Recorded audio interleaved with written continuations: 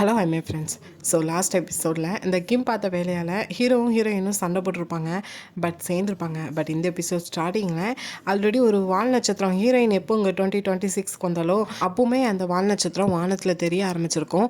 But இப்போ ஒரு voice ஓவரில் இந்த வால் நட்சத்திரம் வந்து 3 மாதம் ஆக போகுது. ஸோ இந்த வால் நட்சத்திரம் மறைய போகுது. ஸோ எப்போவுமே அந்த வால் நட்சத்திரத்தை ஃபோட்டோ எடுக்கணும்னு ஆசைப்படுறவங்க ஃபோட்டோ எடுத்துக்கோங்கிற மாதிரி வருது. ஸோ இதுக்கான அர்த்தம் என்னங்கிறது இந்த எபிசோட் லாஸ்ட்டுங்கள தெரியும். ஸோ அகைன் இங்கே ஹீரோயினை பார்த்தோன்னா ஃபைனலாக ஹீரோயின் வந்து நான் அந்த ஜோசன் டைமில் இருந்து தான் இங்கே வந்திருக்கேன், உங்கள் கனவுல வர்ற கோட் லேடி நான் தான், அதில் இருக்கிற இளவரசரும் நீங்கள் தான், நீங்கள் ஒரு இளவரசங்கிறது வரைக்கும் எல்லாத்தையும் சொல்கிறான். பட் ஹீரோவால் அதை நம்ப முடியல. அப்போ நீ என்ன டைம் ட்ராவல் பண்ணிட்டு வந்திருக்கேன்னு கேட்கும்போது ஹீரோயினும் அப்படின்னு சொல்ல முடியாது, என்னோடய ஆத்மா தான் அங்கேருந்து இங்கே வந்திருக்கு அப்படின்னு சொல்கிறாங்க. ஆனால் ஹீரோ நம்பலை. எதுக்கும் நம்ம 2 பேரும் டாக்டர்கிட்ட செக்கப்புக்கு போவோமா, எனக்கு உனக்கும் இப்படி தோணுது எனக்கும் அப்படி தோணுதுங்கிற வரைக்கும் சொல்கிறாங்க. ஹீரோயினும் செக்கப்பான்னு சொல்லி கோவப்படுறாங்க. சரி சரி விடு அப்புறமா பார்த்துக்கிடலான்னு சொல்லிட்டு 2 பேரும் நார்மல் ஆகியிருந்தாங்க. ஸோ ஹீரோயின் வாங்கிட்டு வந்து அந்த ஹெர்பல் மெடிசனும் ஹீரோவுக்கு கொடுத்து விட்டுருந்தாங்க. ஹீரோவும் வீட்டில் போய் அதை பார்க்காங்க, இவளை நல்லா ஏமாற்றிருக்காங்க, இவளும் வாங்கிட்டு வந்திருக்காங்கிற மாதிரி யோசிச்சுட்டு ஹீரோயின் வாங்கிட்டு வந்ததுனாலேயே அதை குடிக்காங்க. ஸோ மறுநாள் ஹீரோயின் பார்த்தோன்னா அவங்க பாட்டியை பார்க்கறதுக்காக தான் போயிருக்கான். வரும்போது என்னென்னா எப்பவும் பாட்டி தான் பழம் கொடுத்து விடுவாங்க. ஸோ இந்த டைம் அவளே பழம் வாங்கிட்டு வந்திருக்கா. ஒன்று இவளுக்குன்னு வாங்கி இன்னொரு பெரிய பாக்ஸ் நிறையா ஹீரோவோட ஆஃபீஸ்க்கே அனுப்பி விட்டுருக்கா. அங்கே ஹீரோவும் ரொம்ப ஹாப்பியாக ஹீரோயின்ட்டு இருந்து வந்திருக்குன்னு சொல்லிட்டு அசிஸ்டண்ட்டை சொல்லிட்டு இருக்காங்க. இதோட 2வது கிஃப்ட்டு, ஃபஸ்ட்டு கிஃப்ட்டு எனக்கு ஹெர்பல் மெடிசன், இப்போ 2வது இது வேற கொடுத்து விட்ருக்கான்னு சொல்லிட்டு இருக்காங்க. ஆனால் இன்னொரு பக்கம் இங்கே கிம்மை பார்த்தோன்னா அவனை யூஎஸில் இருக்கிற ஆஃபீஸ்க்கு ட்ரான்ஸ்ஃபர் பண்ணதுனால தாத்தாக்கு எதுவும் தெரிஞ்சிட்டோன்னு சொல்லிட்டு தாத்தாவை பார்க்கறதுக்காக போயிருப்பான். ஆனால் தாத்தா என்னென்னா வேலைக்காரியை வச்சுட்டு தூங்கிட்டாங்கன்னு சொல்லியிருப்பாரு. பட் அவன் என்னென்னா நைட்டு ஃபுல்லாகவுமே அங்கே வெளியே வெயிட் பண்ணிட்டு இருந்திருப்பான். ஸோ தாத்தா வந்ததுமே முட்டி போட்டுட்டு என்னை மன்னிச்சிருங்க, நீங்கள் என்னை யூஎஸோட ஆஃபீஸ்க்கு ட்ரான்ஸ்ஃபர் பண்ணியிருக்கீங்க, நான் இந்த கம்பெனிக்காக நிறையவே உழைச்சிருக்கேன்னு சொல்லும்போது தாத்தா என்னென்னா இந்த காலத்தில் சம்பளம் வாங்குற ஆள் கம்பெனிக்கு இந்த அளவு பண்ணுறது பெரிய விஷயந்தான், ஆனால் நீ பண்ணியிருக்க, அதுக்குன்னு கம்பெனி உன்னோடது ஆயிடாதுல, ஸோ நீ யூஎஸில் இருக்கிற ஆஃபீஸ்க்கே போ, உன்னோட பையன் அங்கே தானே இருக்கான், ஸோ உன்னோட பையனை வளர்த்துட்டு அங்கேயே இரு அப்படிங்கிற மாதிரி சொல்கிறாங்க. ஸோ இவன் இது வரைக்கும் தாத்தா அந்த மாதிரி நினச்சிருக்க மாட்டாங்கிறது தான் நினச்சிட்டு இருந்திருப்பான். பட் தாத்தா தன்னை வேறு ஒரு ஆளாக தான் நினச்சிருக்காங்கிறது இந்த இடத்துல ரியலைஸ் பண்ணுறான். ஸோ இன்னொரு பக்கம் ஹீரோக்கும் தாத்தா இப்படி அவனை ட்ரான்ஸ்ஃபர் பண்ணியிருக்கிற விஷயம் தெரிய வருது. பட் இப்போ தாத்தா என்னென்னா ஹீரோவை ஆஃபீஸ்குள்ளே கொண்டு வரணும், ஹீரோக்கு நல்ல ஒரு பதவி கொடுக்கணும்னு நினச்சிட்ருக்காங்க. ஏன்னா தாத்தாக்கு அடுத்த சேர்மன் ஹீரோவை தான் வைக்கணுங்கிற அளவுக்கு தாத்தா யோசித்து வச்சுருக்காங்க. பட் ஹீரோ ஆல்ரெடி தாத்தாவை மீட் பண்ணி ஒரு டீல் பேசியிருக்கான். நீங்கள் சொல்கிற மாதிரி நான் நம்மளோட கம்பெனிக்கு வந்து எல்லாமே பண்ணுறேன், பட் பதிலுக்கு நீங்கள் எனக்கு ஒன்று பண்ணணும், எனக்கும் டேகிக்கும் நீங்கள் பார்த்து வச்சுருக்க என்கேஜ்மெண்ட்டை ஸ்டாப் பண்ணணும், அவங்களோட கம்பெனி இல்லாமலே நம்மளோட கம்பெனி நல்லா வரும், எனக்கு அந்த நம்பிக்கை இருக்குங்கிற மாதிரி பேசியிருக்கான். தாத்தாவும் அதுக்கு சரின்னு சொன்னாங்களா என்னங்கிறது தெரியல. ஸோ அடுத்ததாக ஹீரோ இப்போ கிளினிக் தான் போயிருக்காங்க. அங்கே தான் நான் ஆல்ரெடி கிம் மறைச்சி வச்சுருந்தா அந்த ஆடியோ ரெக்கார்டை எடுத்திருப்பாங்க. ஸோ அங்கே இருக்கிற டாக்டர், அதாவது ஹீரோட ஃப்ரெண்டு, நீ இன்னும் அந்த ஆடியோ ரெக்கார்டரை பற்றி தாத்தாட்ட சொல்லலையா, நீ சொல்லாமல் இருக்கிறத அவன் கொஞ்சம் அட்வான்டேஜாக எடுத்துக்கிட்டா என்ன பண்ணுறதுன்னு சொல்லும்போது கிம் எப்படி இன்னும் கொஞ்சம் நாளில் யூஎஸோட ஆஃபீஸ்க்கு போயிருமா, அவன் போயிட்டானா எல்லாமே அமைதியாகிடும், பிரச்சனை கிடையாதுங்கிறத ஹீரோ சொல்கிறாங்க. சொல்லிவிட்டு அப்படியே வெளியே வந்தால் ஆல்ரெடி ஹீரோயின் அந்த கிளினிக்கு கீழே நின்றுட்டு ஏதோ ஒன்று வெறிக்க பார்த்துட்ருக்காங்க. இது ஹீரோயின் தானே சொல்லிட்டு பக்கத்தில் போயிட்டு நீ இங்கே என்ன பண்ணுறேன்னு சொல்லி கேட்கும்போது ஹீரோயின் பயந்துருந்தாங்க. இப்படி யாரையும் பயங்காட்டாதீங்கன்னு சொல்லிட்டு நான் இங்கே ஒரு முக்கியமான விஷயத்துக்காக வந்தேன். என்ன விஷயம், அதான் நம்ம 2 பேரும் இன்றைக்கி டேட்டிங் போகலான்னு சொல்கிறாங்க. ஹீரோவும் டேட்டிங்னோடனே சரின்னு சொல்லிட்டு ஹீரோயின் கூட போகிறாங்க. ஃபஸ்ட்டு அவங்க போகிறது ஒரு ஹோட்டலுக்கு தான். லைனில் நின்றுட்டுருக்காங்க. ஹீரோவும் என்னை கொண்டு வந்து எங்கே நிப்பாட்டி விட்டுருக்கேன், இதை யாராட்டும் பார்த்தா என்ன சொல்கிறதுன்னு சொல்லும்போது இங்கே தான் லவர்ஸுக்கு நல்ல டைமும் நல்ல ஃபுட்டும் கிடைக்குமா, ஸோ இது ரொம்ப ஃபேமஸான ஏரியா, நம்ம இருந்து சாப்பிட்டுட்டு தான் போகணுன்னு சொல்லிட்டு வெயிட் பண்ணி சாப்பிட்டுட்டு அப்படியே அடுத்ததாக இன்னொரு இடத்துக்கு போகிறாங்க. வேறு எங்கேயும் கிடையாது, ஏதோ கேபிள் கார் போகிற இடம் தான். ஸோ ஹீரோவும் இந்த இடத்துக்கு நம்ம போனோம், ஆமாம் இதான் லவர்ஸ்க்காக landmark, my lovely Samsoon, boys over flowers, இந்த ட்ராமாலாம் பார்த்தா உங்களுக்கு நல்லா புரிஞ்சிருக்குமேன்னு சொல்லும்போது போதும் இன்னும் அடிக்கடி போக வேண்டாம் நம்ம போகலாம் அப்படின்னு சொல்லிட்டு ஹீரோயினை கூட்டிக்கிட்டு அந்த கேபிள் காரில் தான் போகிறாங்க. ஸோ கரெக்டாக அந்த கேபிள் கார் மூவ் ஆனதுமே ஹீரோயினுக்கு பயமாக இருக்குது, ஏன்னா அந்த இடத்துல போயிட்டு இருக்கேன். ஸோ ஹீரோ பக்கத்தில் போய் நிற்கும்போது ஹீரோவும் லைட்டாக அசைஞ்சா கூட நம்ம கீழே விழுவதுக்கு வாய்ப்பு இருக்குதுன்னு சொல்லிட்டு ஹீரோயினை கொஞ்சம் ஏமாத்துறாங்க. ஹீரோயினும் கீழே விழுந்துருவோமா, ஃபஸ்ட்டு இதை நம்ம ஸ்டாப் பண்ணணும்னு சொல்லிட்டு மேலே நின்றுட்டு கத்த ஆரம்பிக்காங்க. சுற்றி இருக்கிறவங்களாம் கவனிக்காங்க. ஸோ ஹீரோவும் போய் எதுக்கு இப்படி விளையாடாக நடந்துக்கிடுத, நான் சும்மா விளையாட்டுக்கு தான் சொல்லணும்னு சொல்லும்போது விளையாடுறதுக்கு இதையா சொல்லணும்னு சொல்லிட்டு ஹீரோவோட தலையிலே அடிக்காங்க. ஹீரோ கப்பெல்லாம் யாருமே பண்ணது கிடையாது தானே, பைத்தியமான்னு சொல்லி கத்துனா சுற்றி இருக்கிறவங்களாம் பார்த்துட்டு இவங்க ஏதோ லவர்ஸ் போலன்னு சொல்லிட்டு சிரிச்சுட்டு இருக்காங்க. ஹீரோயினும் அமைதியாக ஆகியிருந்தாங்க. ஸோ அடுத்ததான் நம்சான் டவர் தான் போயிருக்காங்க. அங்கே நிறைய பூட்டெல்லாம் எல்லோரும் போட்டு வச்சுருக்காங்க. ஸோ ஹீரோவும் அதை பார்த்துட்டு நம்மளும் இதே மாதிரி ஒரு பூட்டு வாங்கி போடலான்னு சொல்கிறாங்க. ஹீரோயினும் இது ஒவ்வொருத்தவங்களோட காதலோட அடையாளமாக அங்கே வச்சுருக்காங்க. இது எப்பவும் நிரந்தரமாக இங்கே இருக்கணும். ஒரு வேளைக்கு அடுத்த முறை நம்ம வரும்போதே நம்மளோட பூட்டு இங்கே இல்லைன்னா எனக்கு கவலையாக இருக்கும், அதனால நம்ம போட வேணாங்கிற மாதிரி சொல்லியிருந்தாங்க. ஸோ அப்படி இதை கட் பண்ணி அடுத்ததாக இங்கே பக்கத்து ரூம்மேட்டை தான் காட்டுறாங்க. ஆக்சுவலாக இப்போ அவன் ஹீரோயினுக்கு மேனேஜராக இருக்கிறதுனால யூன்ஜினோட மேனேஜர் இவனுக்கு கால் பண்ணிவிட்டு நான் வேனை பாத்ரூம் வரத அவசரத்தில் ரோட்டில் விட்டுட்டு வந்துட்டேன், அது கொஞ்சம் எடுத்து பார்க் பண்ணிடுன்னு சொல்கிறாங்க. ஸோ அதனால் பக்கத்து ரூம் மட்டும் அதை எடுத்து கொண்டு போய் பார்க் பண்ணுற இடத்துல போய் ஸ்டாப் பண்ணால் உடனே டோரை ஓப்பன் பண்ணிவிட்டு யூன்ஜின் வந்து ஏறுறா. யூன்ஜின் ஏறிட்டு வீட்டுக்கு போங்க அப்படிங்கிற மாதிரி சொல்லிடுறா. ஆனால் வேன் ஓட்டிகிட்டு இருக்கிறது பக்கத்து ரூம்ட்டுங்கிறது அவள் பார்க்கவே இல்லை. ஸோ அவனுக்கும் ஆல்ரெடி யூன்ஜினை பிடிக்குங்கிறதுனால வேன் எடுத்துகிட்டு ஓடிட்டுருக்கான். அவளும் உள்ள ஃபோனில் அவளை பற்றி பேடாக கமாண்டு வந்திருக்கிறத நினச்சிட்டு பேட் பேட் பேசிட்டு கத்திட்டு இருக்கா. இதை வேனை ஓட்டிகிட்டு போகிற பக்கத்து ரூம் மட்டும் நல்லா கவனிக்க தான் செய்கிறான். லாஸ்ட்டில் அவனுமே கூட சேர்ந்து யார் அப்படி பேடாக கமெண்ட் போட்டதுன்னு சொல்லி கத்தும்போது அதான் ஏன் உங்கள் வாய்ஸ் ஒரு மாதிரியா இருக்குன்னு சொல்லிட்டு அப்போ தான் நிமிந்து பார்த்தா பக்கத்து ரூம்மேட்டுன்னு கவனிக்கிறா. ஸோ பட் அவளுக்கு வந்து பக்கத்து ரூம்மேட் வந்து ஹீரோயினோட லவர் தானே இதுக்கு முன்னாடி யோசிச்சு வச்சுருப்பா.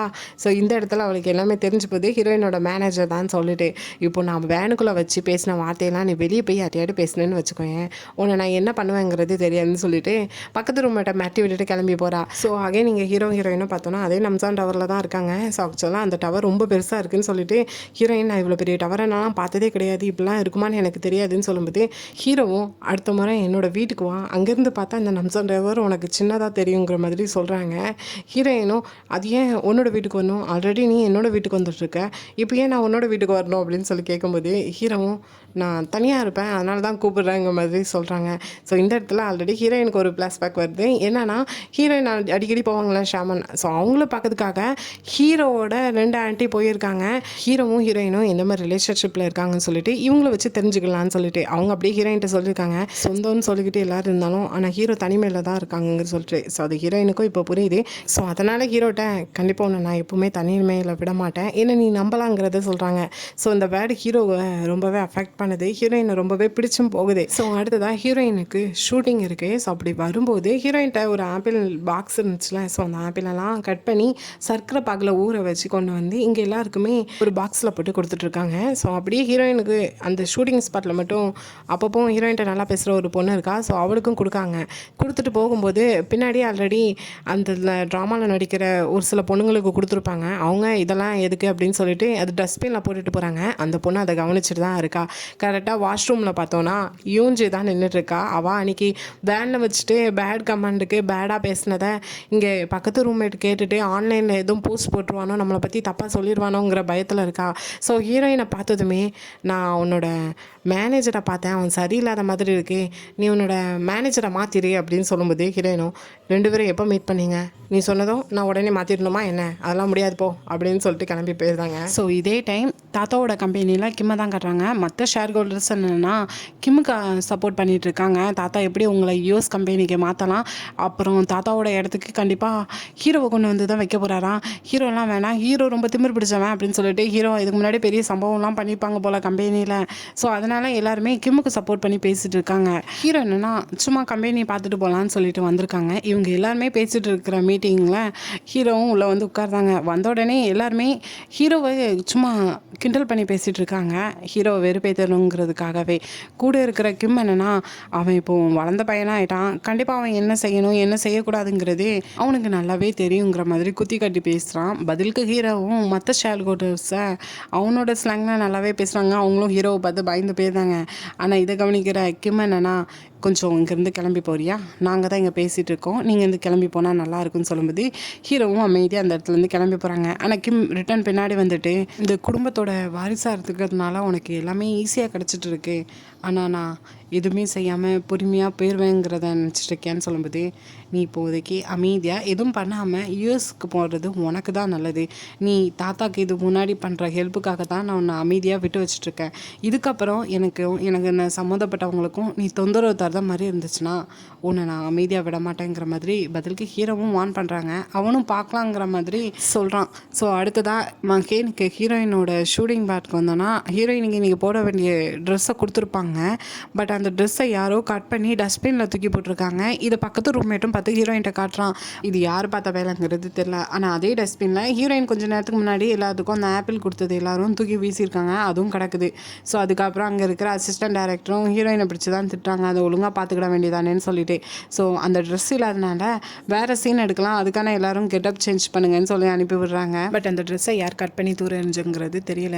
அப்படியே இன்னொரு பக்கம் ஹீரோவை பார்த்தோன்னா தாத்தாவை பேசணும்னு சொல்லி கூப்பிட்ருக்காங்கன்னு சொல்லிட்டு வீட்டுக்கு போனால் அங்கே தாத்தா ஆல்ரெடி டேகியோட அம்மாவையும் கூப்பிட்டு வச்சு பேசிட்டு இருக்காங்க. ஹீரோக்கும் அங்கே வந்ததுக்கப்புறம் தான் தெரியுது. ஸோ அந்த மீட்டிங்கில் ஹீரோவும் ஜாயின் பண்ணிக்கிறாங்க.